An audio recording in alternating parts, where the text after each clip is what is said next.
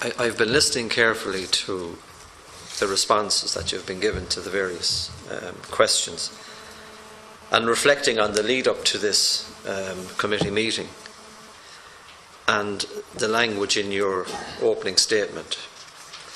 And at one point prior to this meeting I was willing to accept the fact that Mr. Mallon wouldn't be here.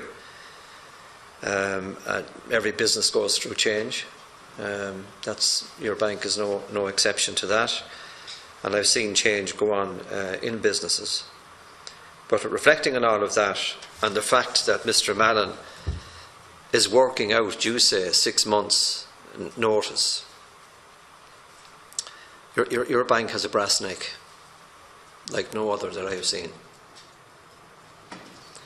Because you have put before us this morning an opening statement that would lead all of us to believe that you're putting the customer first. We believe that we have a moral obligation to be fair and to put things right as quickly as possible when we get it wrong. Now, your Mr. Mallon didn't turn up here this morning, and he has a number of months still to go. And for me, that reflects very badly on the bank. And when I think now of how you tried to get a different date for this meeting, in spite of the fact that other banks were in a closed period as well, it's nothing short of obstruction of the process here in this House and our examination of your affairs in the context of trackers. And even the scant information that you've put before us here today is a further example of almost an unwillingness to understand the scale of the difficulties that you have created for people.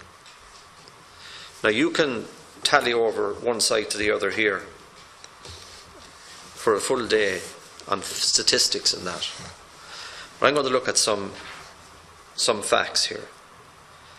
For 7 years, you contested every case with Pádraig Kazan. And you learned nothing in all of that period of time. I'm going to take you to correspondence because other deputies have referred to it. Here is a customer, and these are customers of yours.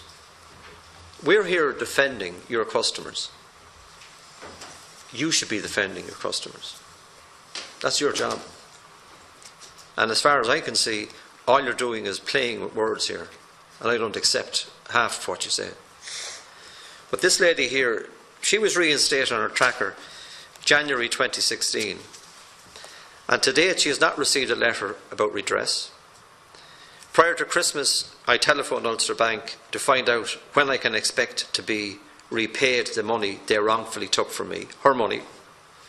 I was told they could not give me information. She was also told that nobody could tell her when this might happen. All they would say is, it'll be addressed shortly, it'll be addressed in the second quarter.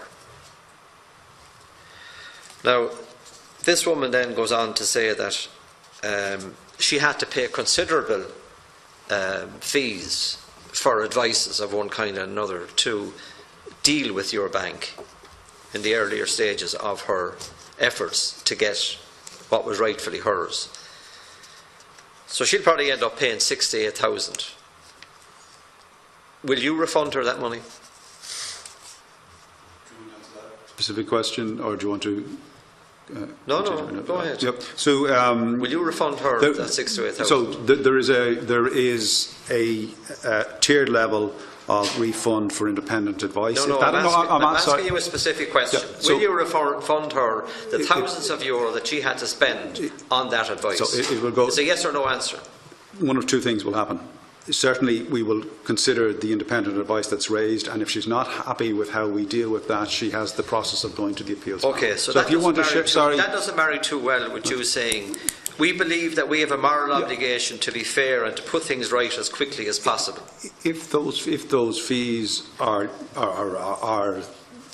Obviously, evidence was unreasonable. We will refund them. Right. So if you want to send me, Cathaoirleach, just the details of that, I'm happy to look into it. No, As we have on other issues. I want to come to that now, giving you details. Because, Miss Arnott, I met you, I gave you details. Right? And if you're the figure or the person for change, you're not making a great job of it. Because you told me that you would contact the customers immediately. You didn't. Up to yesterday, you didn't. So customers are still waiting to be contacted as per that first letter I read out. And as per this letter, which is of yesterday, you hadn't contacted the individuals I told that you would contact. You gave that commitment. Now, this person in November 17 was being written to in relation to their trackers. One of them has been offloaded onto a vulture fund. I asked for immediate intervention because I felt it was unfair and wrong.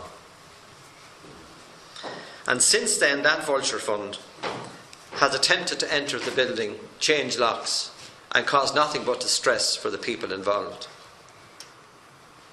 I don't know how you can answer how you can sit there and say that, all of the things you say about your customers, and then know that this has happened. And when the vulture fund wrote to the customer, you wrote actually, the Ulster Bank, you disclosed the information for at least a half a dozen other customers not associated with this at all. So you were asked about data protection earlier on. This is a data protection issue. It is obviously a customer issue. And it is one where I asked you to intervene. And that is still ongoing. And you still give no relief whatsoever to the individuals concerned. Now, Senator Harkin has referred to questions to do with switchers. And Jack Chambers and other TDs have written here because they're getting correspondence as well. And they're asking the same questions. The Ulster Bank switcher customers have not even received the courtesy to confirm they are impacted and that they will be dealt with in due course. Now, you might take note of some of these as we go through them, because I'm going to ask you for an answer to each and every one of them. In another letter from a customer, they talk about the terms and conditions within the contract, for example, that the tracker was for the life of the mortgage have now been changed. This is somebody that has been returned their money, which amounted nearly to a year's net wages, plus a small amount for compensation. But the terms of their contract has been changed to favour the bank. So you might just explain that to us, and again raises questions about switchers.